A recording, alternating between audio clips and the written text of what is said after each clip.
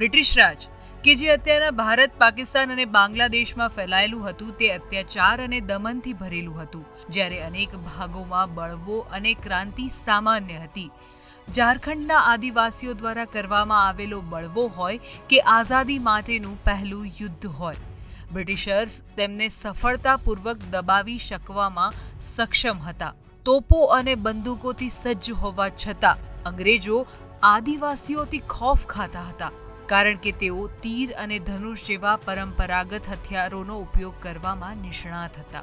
બ્રિટિશર્સને તેમના હથિયારો છોડવાની ફરજ પડી હતી, કારણ કે આદિવાસીઓ ગોરિલા યુદ્ધ લડવામાં નિષ્ણાત હતા અને તેમનો બળવો તે સમયના અન્ય બળવાઓથી લાક્ષણિક રીતે અલગ હતો।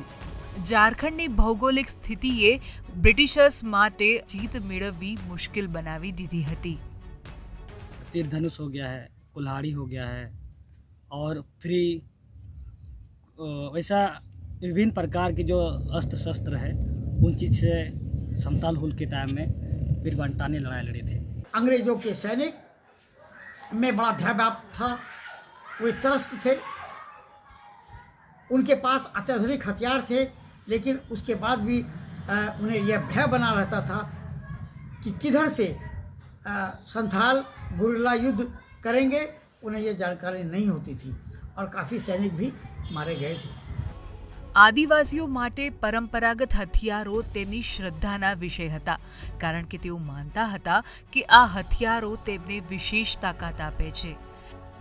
આદિવાસીઓ પોતાની જાતને બચાવવા માટે નાની ઉંમરથી ધનુષ, તીર, ભાલા, લાકડીઓ અને પરંપરાગત હથિયારોના ઉપયોગ કરવાથી ટેવાયેલા હતા અને યુદ્ધની આ કળામાં કુશળ પણ હતા। और तीर धनुष में बहुत बड़ा शक्तियाँ मिलती है।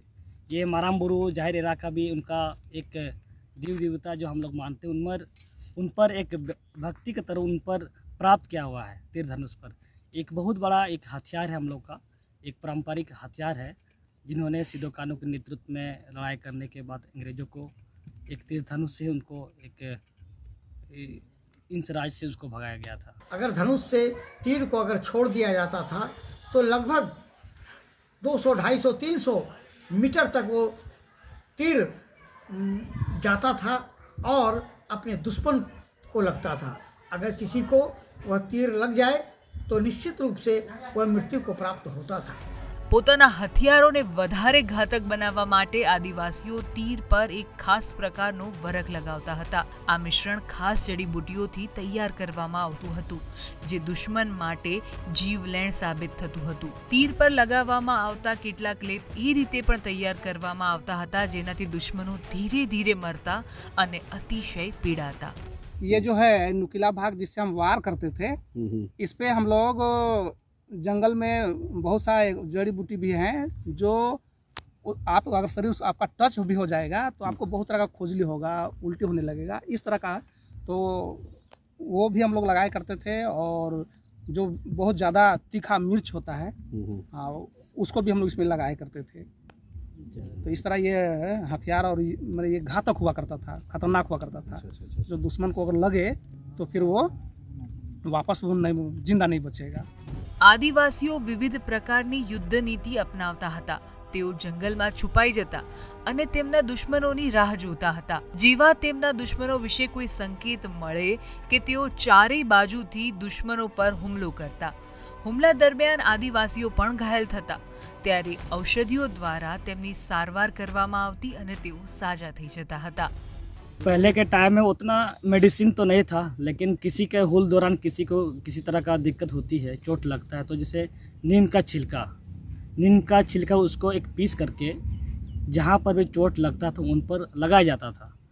और उनमें लगाने के बाद ही साथ साथ अपना मन में मंत्र होता था, तो मंत्र के माध्यम से उसको भी एक बोला जाता था कि अपना देव देवता को याद करके, और साथ ही किसी को चोट लगता है तो उनमें तुरंत साथ ही साथ खत्म हो जाता था।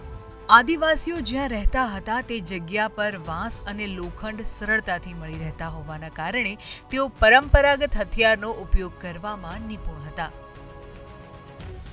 और हमारे पास जो हथियार बनाने का जो साधन है वो पर्याप्त मात्रा में बांस उपलब्ध है।